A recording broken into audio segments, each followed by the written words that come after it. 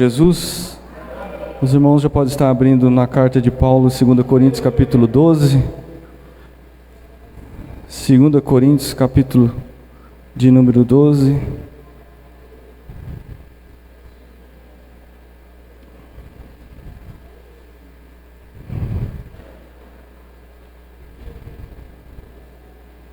Segunda Coríntios, capítulo de número 12.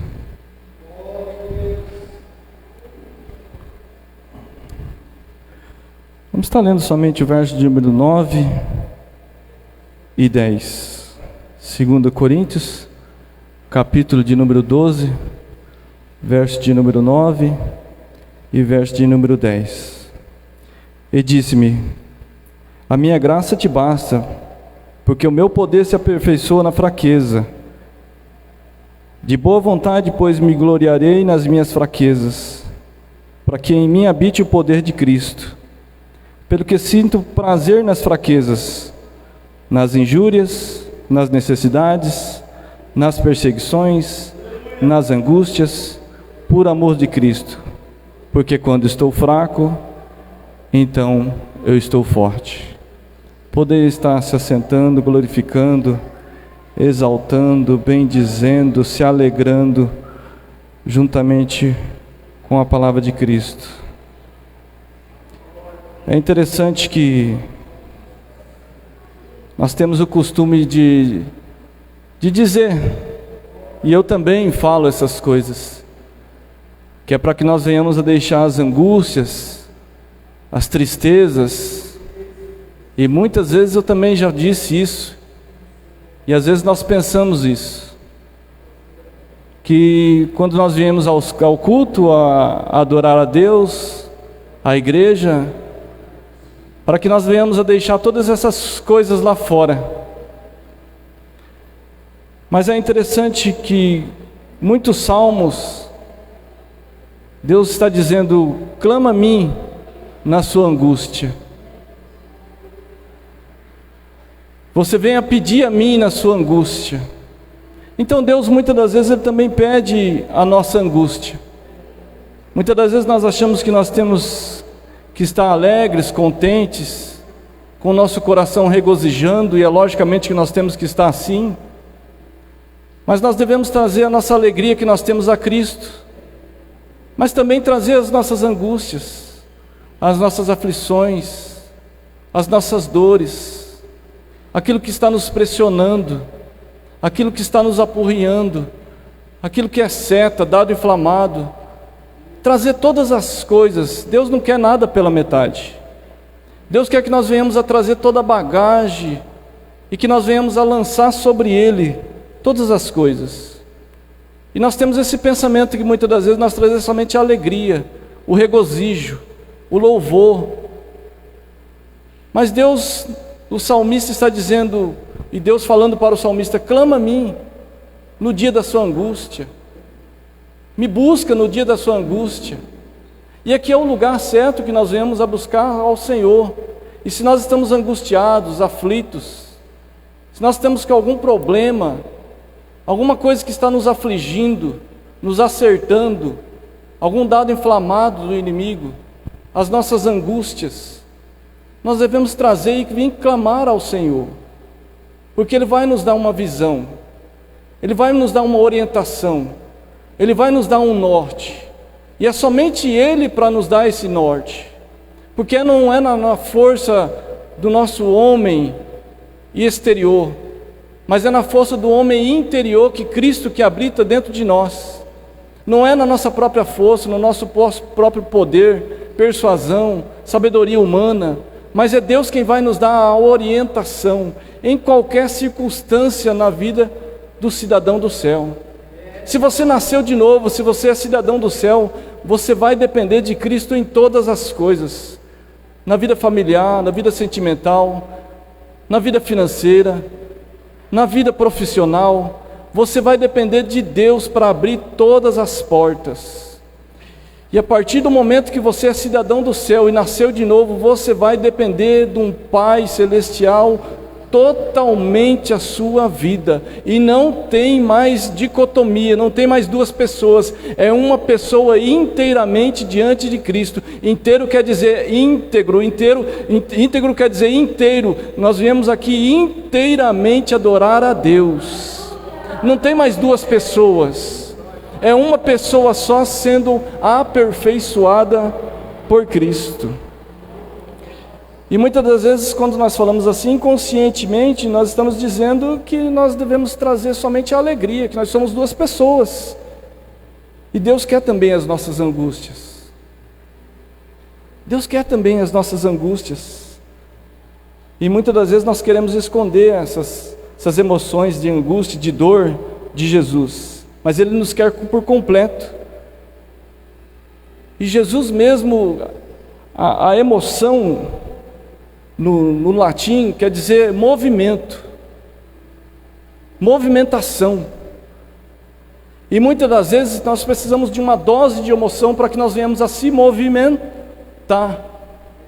E muitas das vezes Deus permite algumas emoções no nosso coração, interiormente e até mesmo exteriormente, para que nós venhamos a ter esse movimento para estar perto de Cristo.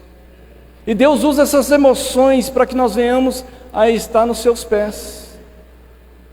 Nós precisamos muitas das vezes de uma dose de emoção para que nós venhamos a estar perto de Cristo. E todas as emoções foram criadas por Deus. O inimigo não criou nada, é por isso que nós devemos trazer todas as nossas emoções diante de Deus. O cristão é cheio de emoção. E Deus quer gratidão, mas também quer as nossas angústias, quer também as nossas dores. E Jesus também nos provou que Ele também era cheio de emoções. No Getsemane Ele se angustiou de tal forma que Ele chegou a suar sangue. Quando Lázaro morreu, Ele se perturbou dentro do seu coração. Quando Ele viu os seus irmãos, quando Ele viu os seus amigos chorarem, Ele também chorou. E então Jesus está nos provando que Ele também, na pessoa humana de Deus, Ele também tinha as emoções. E nós também temos essas emoções. E nós precisamos trazer inteiramente diante de Deus. E nós devemos estar íntegro aqui dentro da casa do Senhor. Porque muitas das vezes nós estamos fisicamente aqui, mas o nosso pensamento está longe. E Deus quer que nós venhamos a sermos íntegro, inteiramente dEle no momento de adoração. Então esse é o momento que nós devemos abrir o nosso coração, pedir para Deus falar conosco e dizer: Deus, eu estou aqui com as minhas emoções, com as minhas angústias, com as minhas dores, com as minhas circunstâncias, com o meu vazio, mas eu estou aqui para te adorar, para te exaltar, para te bendizer, porque eu sei do vazio que eu tenho no meu coração, e somente o Senhor para preencher esse vazio do coração. Nada lá no mundo pode preencher o vazio que nós temos no coração. O homem muitas das vezes vai para todos os lugares para tentar preencher esse vazio, mas esse vazio somente é preenchido por Cristo. Ele preenche todo o vazio do nosso coração. E é interessante que nesse capítulo 12, no versículo de número 9, ele disse assim: a minha graça te basta, porque o meu poder se aperfeiçoa na fraqueza. E eu comecei a ler: o poder se aperfeiçoa na fraqueza. E é interessante que as nossas debilidades, as nossas fraquezas, a Bíblia está nos dizendo que Deus se aperfeiçoa nessas fraquezas que nós temos. Ele aperfeiçoa em nós. E muitas das vezes Ele permite algumas fraquezas em nós, algumas debilidades em nós, para que nós venhamos a reconhecer que somente grande é Ele, que somente quem pode é Ele. Principalmente quando nós somos jovens, nós achamos que nós podemos todas as coisas, que nós sabemos todas as coisas. E quando nossos pais dizem algum conselho, vai dizer assim: nossa, mas você está tão retrógrado. Você está tão com o pensamento longe daquilo que é a realidade hoje. E muitas das vezes nós achamos que nós temos todo o poder do mundo, por causa da virtude, por causa da juventude. E Jesus muitas das vezes nos permite para que nós venhamos a se enfraquecer. Tenhamos as debilidades para que nós venhamos a reconhecer que somente Ele tem todo o poder.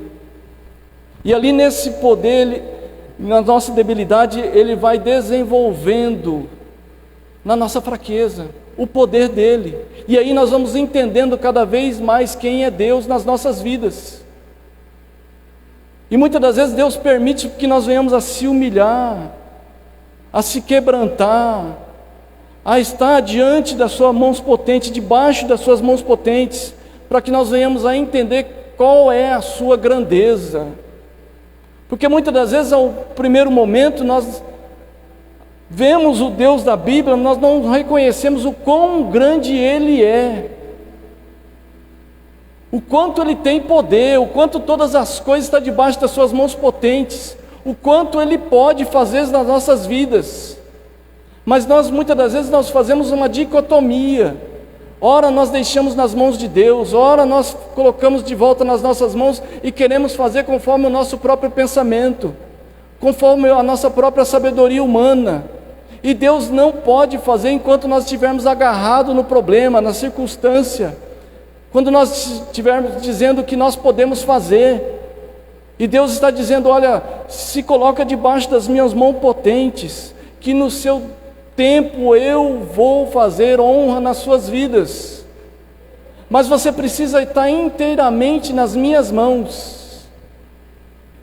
É na fraqueza, nas debilidades, que o poder de Deus se torna mais evidente, mais claro, mais iluminado, e aí nós começamos a entender qual é o seu poder, a sua grandeza. E é também uma grande oportunidade de nós experimentarmos o poder de Deus. Quando tem um momento de debilidade, de fraqueza, é interessante que muitos talvez não conseguem entender essa fraqueza, essa debilidade. Mas jejua para você ver. Jejua um dia, jejua 24 horas para você ver o quanto nós somos fracos. E o quanto Deus aperfeiçoa na nossa fraqueza. Muitas das vezes nós não achamos o quão fraco nós somos. Mas o jejum, ele faz com que nós venhamos a ver e a enxergar as nossas debilidades, as nossas fraquezas. As circunstâncias, as situações, assim como o apóstolo Paulo teve um espinho na carne, uma situação difícil, ele viu o quanto ele não tem poder, mas que Deus opera dentro do seu coração, aperfeiçoando o poder dele em nós. Talvez uma circunstância, uma situação tenha que acontecer nas nossas vidas, para que nós venhamos a se achegar cada vez mais diante dele, e não somente se achegar diante de Deus, mas nós reconhecermos o quanto Ele é grande e o quanto nós somos pequenos, o quanto nós não podemos fazer, o quanto Ele é sábio e o quanto Ele quer usar a sabedoria dEle em nós. Mas nós precisamos ter os olhos abertos, descobertos, para que nós venhamos a entender o quanto Ele quer nos trabalhar nas nossas vidas. É uma grande oportunidade. Em Hebreus capítulo 11, verso de número 34, diz assim: os heróis da fé, como eles são referência, eles são exemplos de fé, eles foram debilitados, e dentro dessas debilidades, Deus se aperfeiçoou na fraqueza deles. É interessante que a Bíblia vai nos dizer assim, que apagaram a força do fogo, escaparam à espada, se esforçaram e colocaram o exército para correr. É interessante que em Hebreus capítulo 11 vai dizer assim, que na fraqueza deles, Deus fez o poder deles se aperfeiçoar. É tão interessante que apagaram a força do fogo, Sadraque, Mesaque, Abednego, por eles não se dobrarem diante dos deuses, eles adentraram dentro de uma fornalha. Mas é então interessante que o coração deles estava queimando muito mais do que aquelas fornalhas.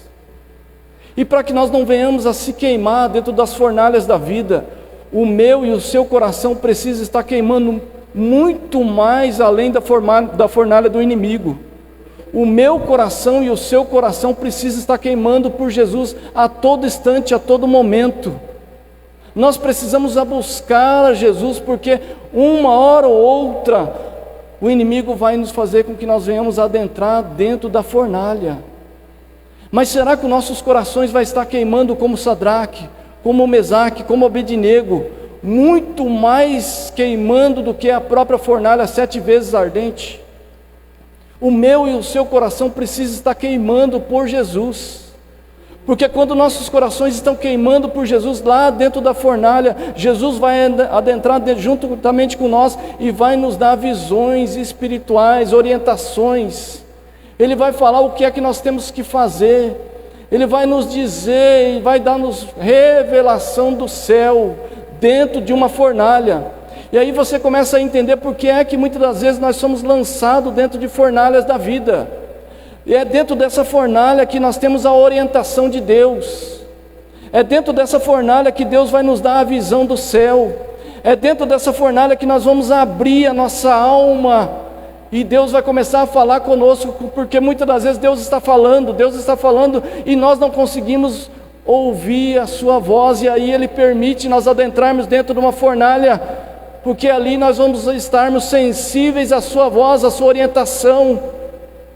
E Deus muitas das vezes permite para que nós venhamos adentrar dentro dessa fornalha, para que nós venhamos a ouvir a sua voz, porque Ele não quer mais um coração de pedra, mas um coração de carne, sensível a ouvir a voz de Deus. Ele quer que nós venhamos a ter um coração sensível, um coração de carne, para que nós venhamos a ouvir a sua orientação do céu. Quantas vezes Deus está falando? Deus fala de várias maneiras, de N maneiras, mas muitas das vezes nós não conseguimos entender, compreender, discernir a sua voz. E aí Ele faz com que nós venhamos adentrar dentro de uma fornalha, e dentro de uma fornalha, ou dentro de uma tempestade, o nosso coração e a nossa alma se abrem para ouvir a sua voz. E é nesse momento que nós vamos crer e acreditar, porque é a única voz que nós vamos ouvir dentro de uma fornalha. Porque Deus já está falando fora da fornalha muitas vezes, mas nós não conseguimos discernir, entender, nem compreender. E aí Jesus faz com que nós venhamos a entrar dentro de uma fornalha 7 vezes mais ardente. Mas que quando nós venhamos a adentrar dentro dessa fornalha, o nosso coração vem estar queimando muito mais do que uma fornalha, para que Jesus venha apagar a força do fogo. Eles escaparam da espada, esforçaram e colocaram exércitos para correr. É interessante que em Josué capítulo 6, eu fui pesquisar, alguns comentaristas dizem 20, 30, alguns falam 50 quilômetros, eles andaram diante de 7 dias, eles deram volta uma vez ao dia, e no 7º dia eles deram 7 voltas em volta de Jericó. Então eles se esforçaram, e nos heróis da fé, que são referências, que são exemplos para mim e para você, está dizendo que eles se esforçaram. E assim será comigo e com você. Muitas das vezes nós vamos precisar se esforçar. Ezequias não precisou levantar nenhuma espada. Deus usou Isaías para dizer: olha, você não vai precisar levantar nenhuma espada, eu vou enviar um anjo para matar 185 mil homens, e você não vai lutar. Mas muitas das vezes não é somente assim. Algumas vezes Deus vai fazer com que nós venhamos a se esforçar. Quantas vezes aqueles homens andaram 20, 30, 40, talvez 50 quilômetros diante de 7 dias?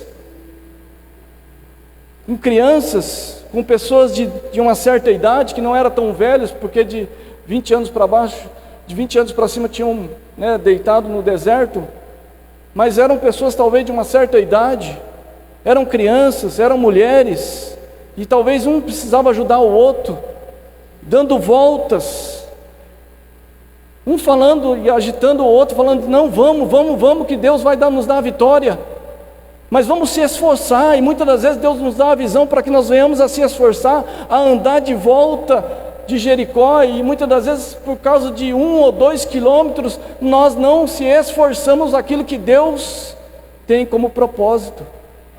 Porque se Deus falar assim, ó, eu vou enviar um anjo, você não vai ser preciso levantar uma espada, espera nele, senta, porque o de repente de Deus vai invadir o seu coração. Mas há vezes que Deus vai dizer assim, ó, se esforça, porque eu estou sustentando com a minha mão poderosa a vida de vocês. Se esforça, anda mais um pouco. E talvez muitas das vezes nós não se esforçamos conforme Deus falou. Então seja sensível à voz de Deus para cada um. Deus tem um propósito. Se é para você sentar e esperar a mão de Deus poderosa invadir o seu coração, espera. Mas se Deus falar assim, se esforça, anda mais 1 quilômetro, anda mais 2 quilômetros, anda mais 3 quilômetros, porque eu estou contigo. Você não tem que olhar para Ezequias, olha somente para você, para a orientação que ele deu para a sua vida.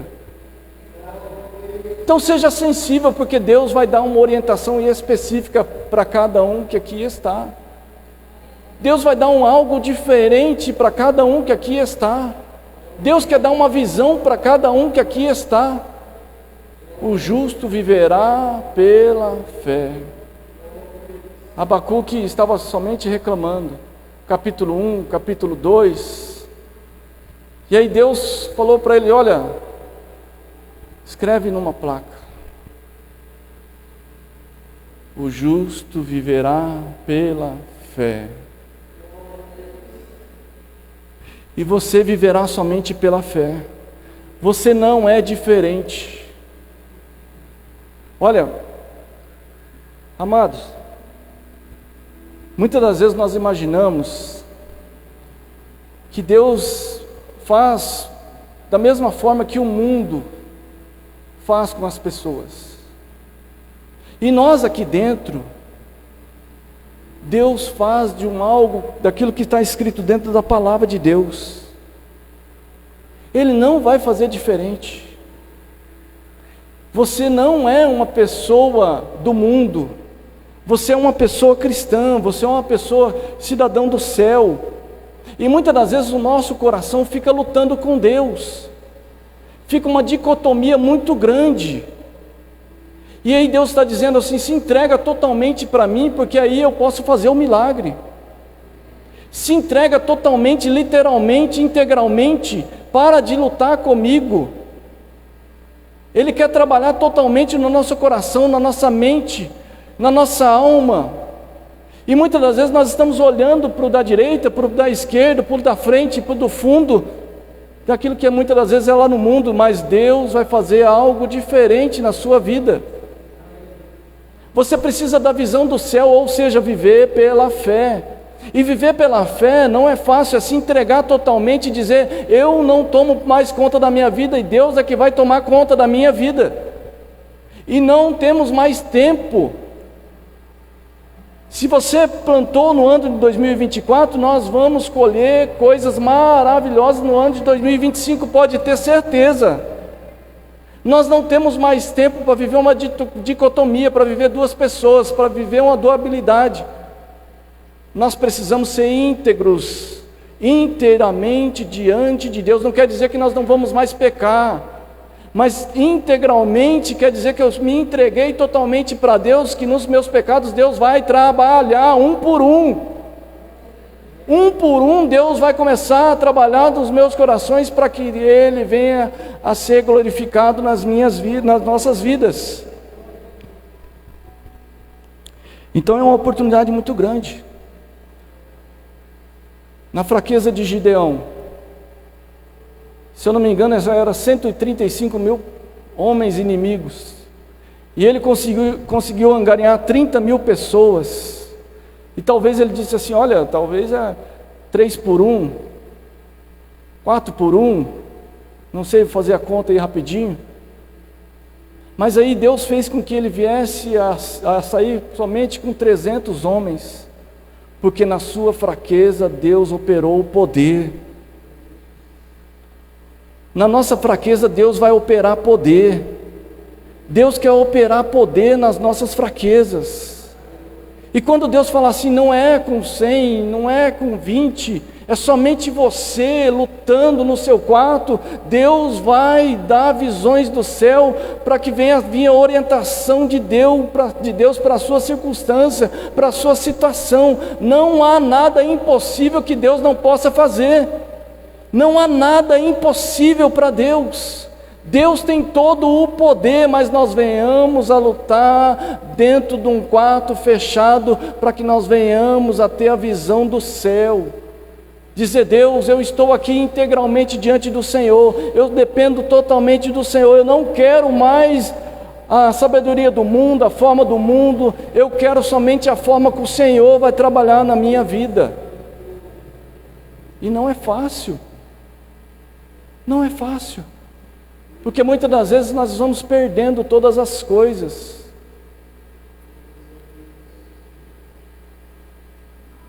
Me lembro que eu tinha uma moto, e assim que eu me converti, ela só foi atrasando. 1, 2, 3, 4, 5, 6 parcelas. Mas eu fui juntando dinheiro. Quando chegar no dia eu pago tudo. E eu fui juntando tudo em moeda. Um monte de moeda. E eu liguei lá no banco. Olha, eu consegui o dinheiro das parcelas. E qual é o banco que não quer receber as parcelas atrasadas? Todos. Mas quando o céu decide algo, o banco disse, olha, no seu contrato está dizendo que se você atrasar uma parcela, você tem que pagar todas as outras. As que venceu e as que está para vencer. E Deus disse ao meu coração, você não quer andar a pé, né? Mas você vai andar a pé. E não adianta. Quando nós se entregamos diante de Deus, Deus vai trabalhar da forma que Ele quer, do jeito que Ele quer. Nas nossas fraquezas Ele vai começar a operar o poder. E Deus já me devolveu algumas coisas para a glória dEle. Mas antes eu tive que entender que muito maior é a minha salvação. Muito maior é aquilo que o meu nome está escrito no livro da vida. Eu tive que entender, tive que compreender, eu tive que me aprimorar, eu tive que muitas das vezes entender qual é o propósito de Deus muito maior do que essas coisas que nós veem. Porque o apóstolo Paulo vai estar dizendo assim, se nós vivemos somente por esta vida, por aquilo que nós vemos, nós somos muito mais do que miseráveis. E Jesus vai nos dizer assim, se alegrem porque o nome de vocês estão escrito no livro da vida. Então nós viemos buscar aqui primeiramente o reino dos céus e a sua justiça, sermos justificados por Deus. Não há algo muito maior do que esse. É ser justificado, selado por Cristo. E aí nós temos paz com Deus e temos a paz de Deus. Não há algo mais maravilhoso e alegre, contente, feliz, regozijante do que você ter paz com Deus. A sua consciência limpa diante de Deus. Há algo maravilhoso, é esse. É termos o nosso nome escrito no livro da vida. Todos nós somos empoderados por Deus nas nossas debilidades, nas nossas fraquezas. E que a nossa oração seja como em Efésios 3,16. Que o nosso homem interior venha se fortalecer. E a palavra de Deus vai nos dizer assim, que ainda que o homem exterior venha se corromper, venha estar se envelhecendo, o nosso homem interior precisa estar se renovando todos os dias diante de Deus. O nosso homem interior é que precisa estar sendo fortalecido, e Deus fortalecia Paulo todo instante, a todo momento. E quais os instrumentos que Deus usou para fortalecer Paulo? Em capítulo 12, verso de número 1, diz assim: em verdade que não convém gloriar-me, mas passarei as visões e as revelações de Deus. É interessante que no capítulo 11, Paulo vai dizer as perseguições, as angústias, as dores. Mas no capítulo 12 ele vai dizer que Deus o levou ao terceiro céu, ao paraíso. E a palavra paraíso quer dizer, vem da cultura persa. Quando o rei queria honrar os seus súditos, ele levava até o paraíso de jardins fechados, murados. Ele pegava os seus súditos e levava até o jardim. E Deus estava pegando o seu servo, o seu filho, levando até o terceiro céu, onde é a morada de Deus, onde tinha o deleite de Deus. Antes do capítulo 11, porque foram 14 anos antes, ele está dizendo aqui, 14 anos antes. Então no capítulo 11 ele teve perseguição, ele teve angústia, ele teve dor, ele teve aflição. Mas antes disso Deus o levou para ter visões. E Deus precisa dar visões para nós, para que nós venhamos a suportar as pressões. E talvez o apóstolo Paulo estava diante de uma pressão tremenda no seu ministério, dor, aflição, angústia, mas ele dizia: eu vi o terceiro céu, eu sei como é que é o céu, eu vi a face de Deus, eu olhei todas as coisas, como é o céu, eu vi como é maravilhoso, e convém eu passar por perseguição, por dor, por aflição, por angústia, porque eu sei como é o céu. São como coisas inefáveis que ele não poderia nem comentar conosco aqui na palavra de Deus. O quão grande era o céu, quão grande era maravilhoso. Que coisa maravilhosa que o apóstolo Paulo viu. E é por isso que ele passou por aflições, por dores, por angústias. E ele continuava firme com Deus. E talvez nós tivermos as visões de Deus, olharmos e ver como que é o terceiro céu, vamos dizer: eu larguei tudo para trás. E eu olhei para as coisas que eram para trás, como esterco eu deixei para trás, para seguir a Jesus.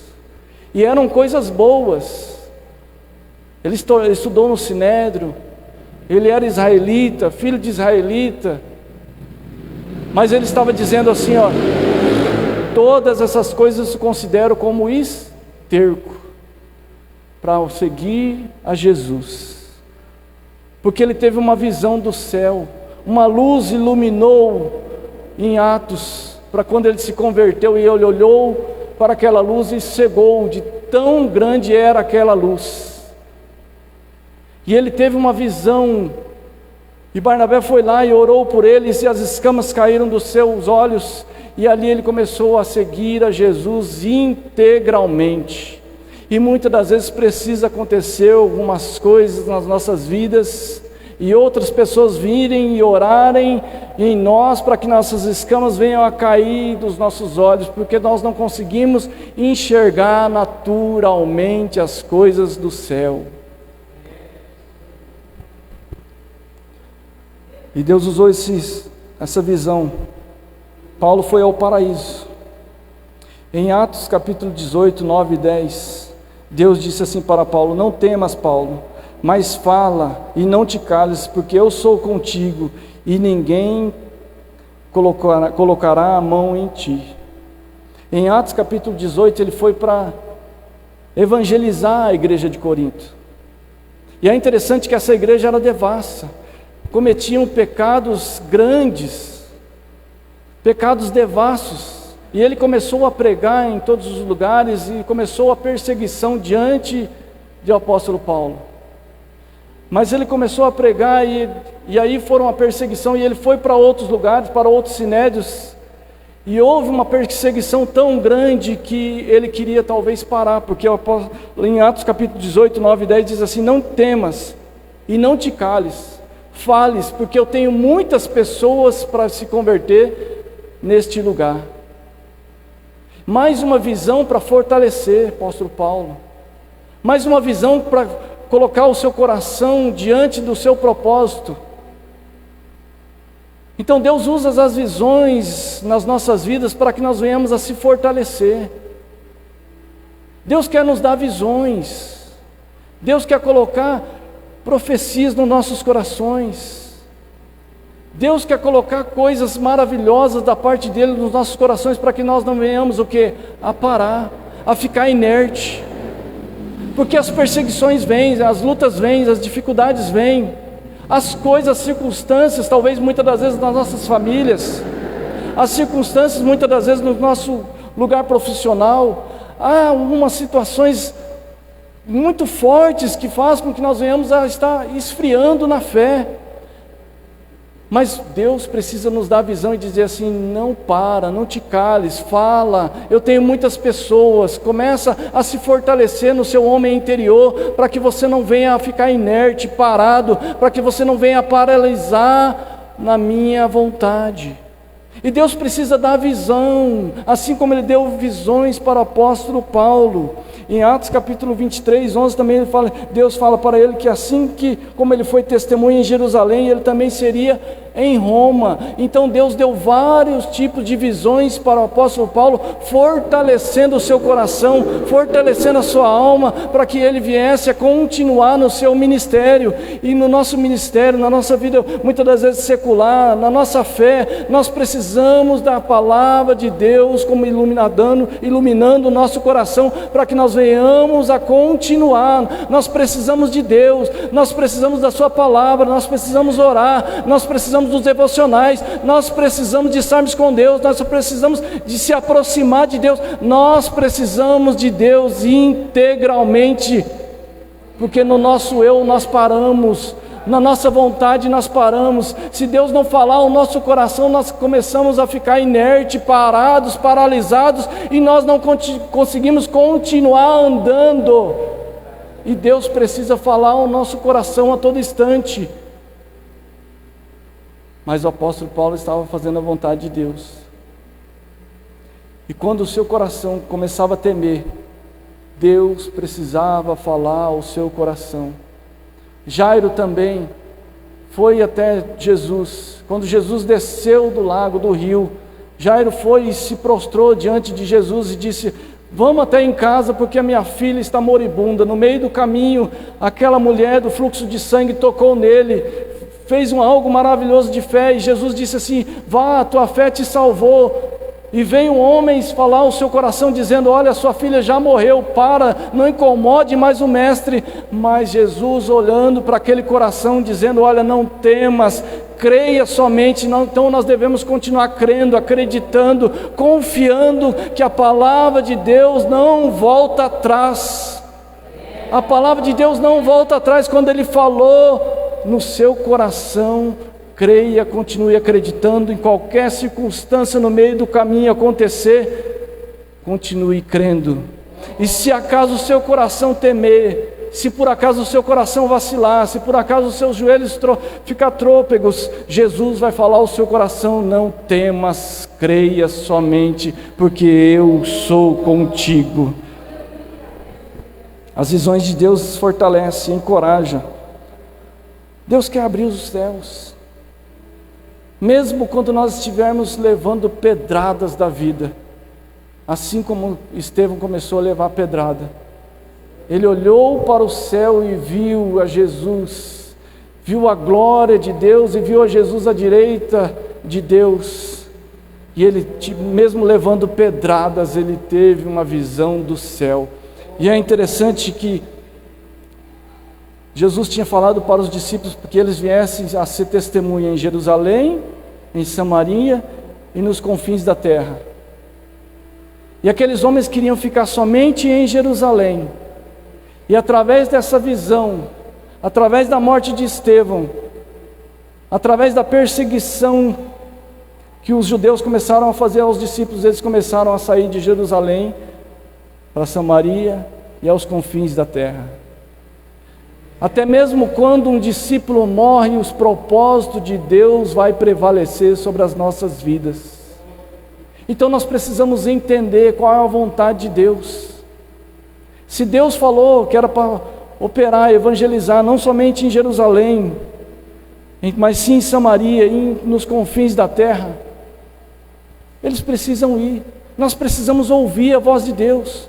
Nós precisamos ouvir o conselho e a orientação de Deus a todo instante, a todo momento.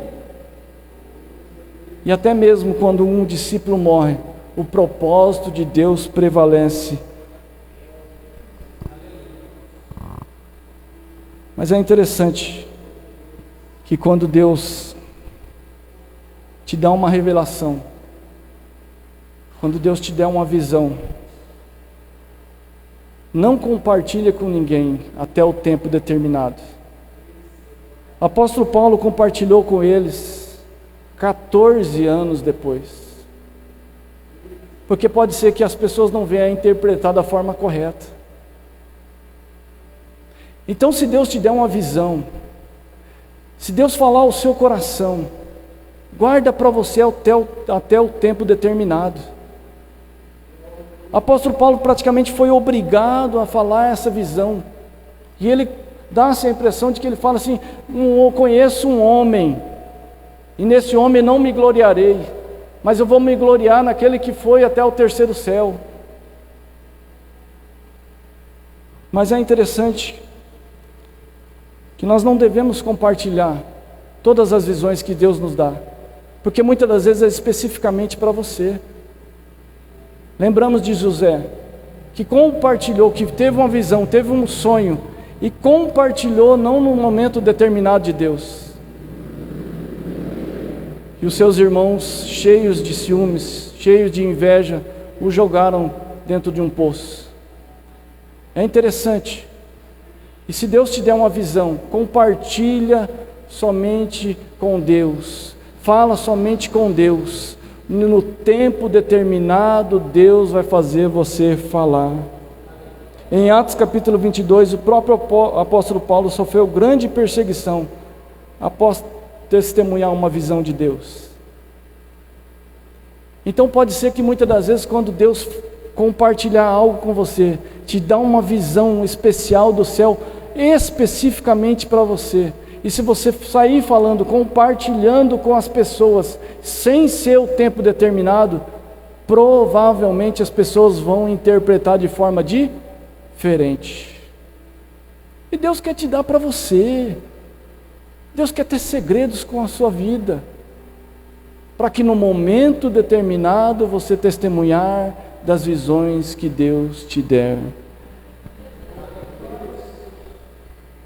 Outro instrumento que Deus usou foi o espinho. Ninguém quer o espinho, né?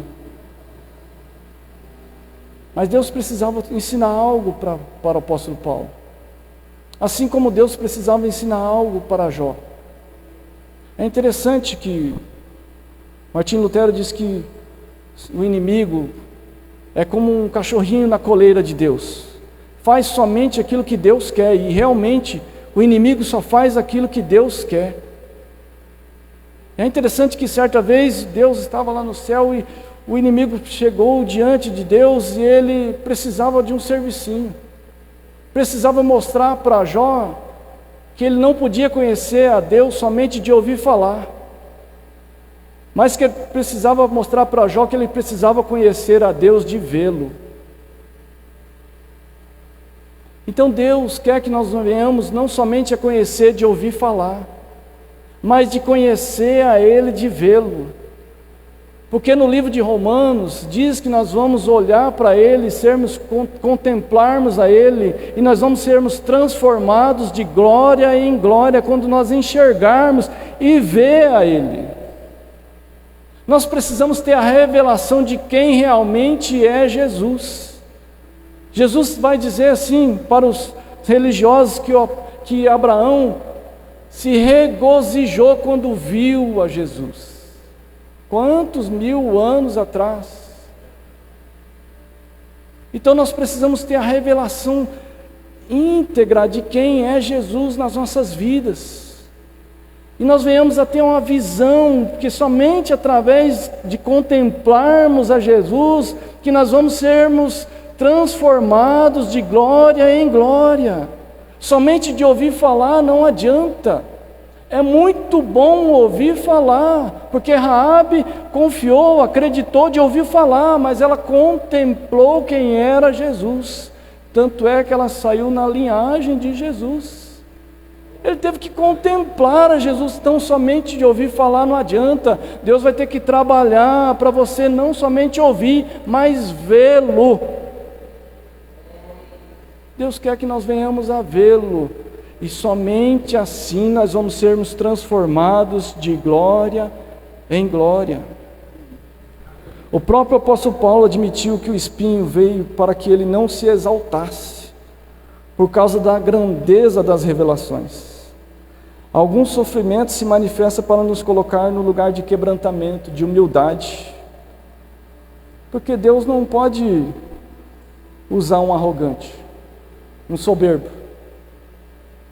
Deus não podia usar o apóstolo Paulo arrogante e soberbo, mas ele podia usar um homem quebrantado e humilhado diante da presença de Deus.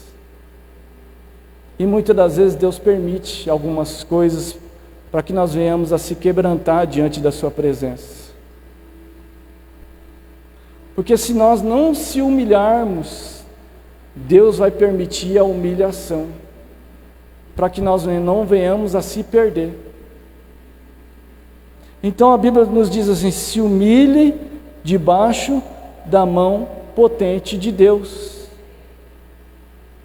Então muitas das vezes ainda dá tempo de nós começarmos a se humilhar de livre e espontânea vontade, porque coisa boa é nós nos humilharmos diante da presença do grande eu sou. Porque se nós não se humilharmos diante da presença dele, nós se humilhamos diante da presença de Faraó.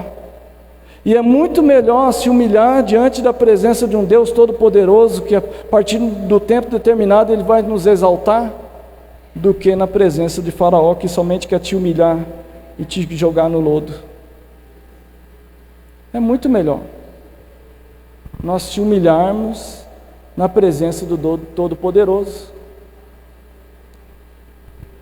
Na 1 Pedro diz assim: humilhe-se diante da potente mão de Deus, e a seu tempo Ele vai nos exaltar.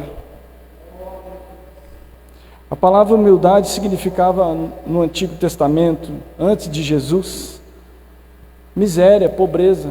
Era uma palavra pejorativa, mas Jesus deu um novo sentido à palavra. Mansidão e humildade se tornou virtude.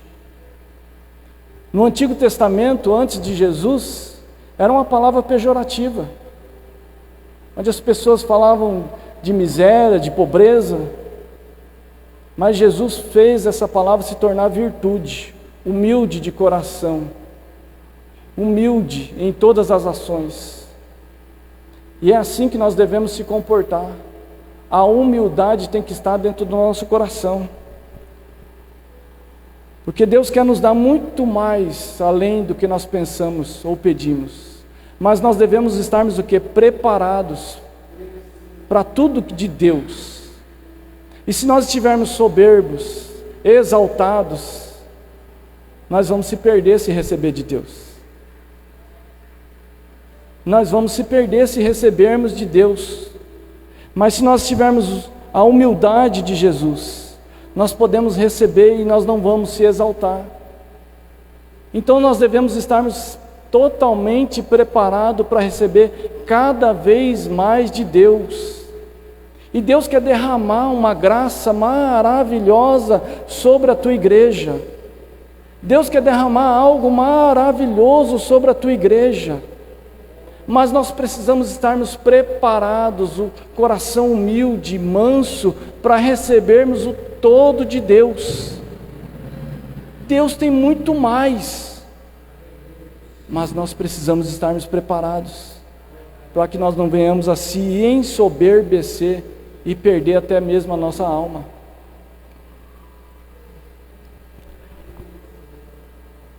Interessante que me lembrei agora de um rapaz que nós íamos no monte. Ele vinha aqui até, esse rapaz. Nós íamos no monte, todo lugar que ele pisava se abrilhantava. Ficava a coisa mais linda do mundo. Se abrilhantava em uma área muito grande, assim, aonde ele pisava. Mas talvez, eu não estou dizendo que foi isso, não sei nem por que Deus colocou no meu coração isso, mas talvez ele se ensoberbeceu com aquilo. Porque muitas das vezes a experiência que nós temos, nós devemos ter a humildade de saber que é Deus que está nos dando. Porque o inimigo quer ou nos esfriar, ou fazer com que nós venhamos assim ensoberbecer pelas experiências que Deus nos dá.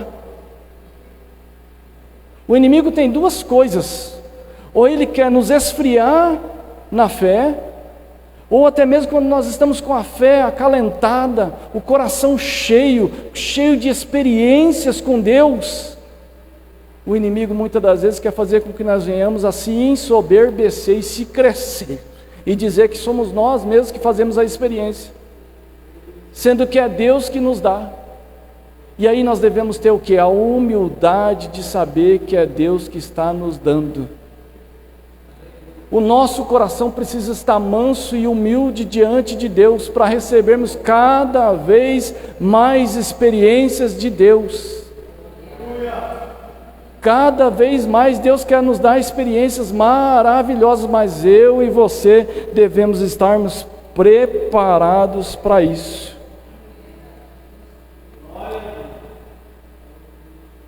O fato é que os encontros com Deus deixam marcas nas nossas vidas. Assim como o apóstolo Paulo teve essa marca na sua vida, Jacó também teve no vale de Jaboque. E ele lutou com Deus uma noite inteira, e Deus foi lá e tocou na sua coxa, e ele saiu manco.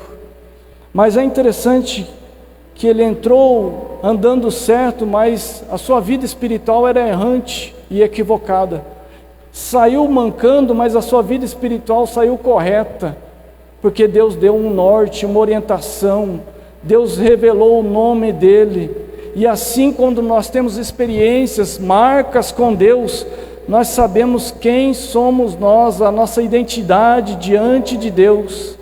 E muitas das vezes nós precisamos dessas marcas de Deus, para que nós venhamos a sabermos qual é o propósito principal de Deus para as nossas vidas. Porque aquilo que nos atrai, para que nós venhamos a estarmos aqui, muitas das vezes, a um primeiro momento, é as circunstâncias, as situações. E Deus vai nos revelando que não somente as circunstâncias e situações Ele consegue tirar em um estalar de dedos, mas que Ele tem um propósito maior para as nossas vidas, que essas circunstâncias, as situações que acontecem nas nossas vidas, Ele pode, no estalar de dedos, terminar todas elas, mas que nós devemos ter a revelação do céu de qual é o propósito de Deus para as nossas vidas. Por um tempo nós começamos a vir aqui orar somente pela circunstância, pela situação, pelas coisas que estão nos acontecendo, mas por outro tempo nós já começamos a ter a revelação do céu, que Deus tem um propósito maior para as nossas vidas, determinado no céu, antes mesmo de nós nascermos. Deus tem um propósito para as nossas vidas, Ele tem um caminho para que nós venhamos a traçarmos, mas nós precisamos escutar com o nosso coração, a nossa mente voltada, inclinada para Deus, para que nós venhamos a fazer a sua vontade, e não mais a nossa vontade. O propósito dele é quem vai prevalecer. Então nós precisamos desse coração de carne, sensível à voz de Deus. Essas marcas não deixam somente para nós mesmos, mas para fortalecer outras pessoas. E o exemplo foi Jesus, quando encontrou os discípulos, quando eles estavam numa casa, e Ele fez com que Tomé colocasse as suas mãos nas marcas de Jesus, e fortaleceu a fé de Tomé, que estava vacilante. Jesus disse: coloca as tuas mãos aqui, Tomé, nas minhas marcas. Então Deus vai usar as suas marcas, as coisas que estão acontecendo na sua vida, para fortalecer a fé de outras pessoas. Deus não desperdiça sofrimento dos seus filhos. Deus não desperdiça os seus sofrimentos, mas Ele usa para a glória dele. Se coloquemos de pé.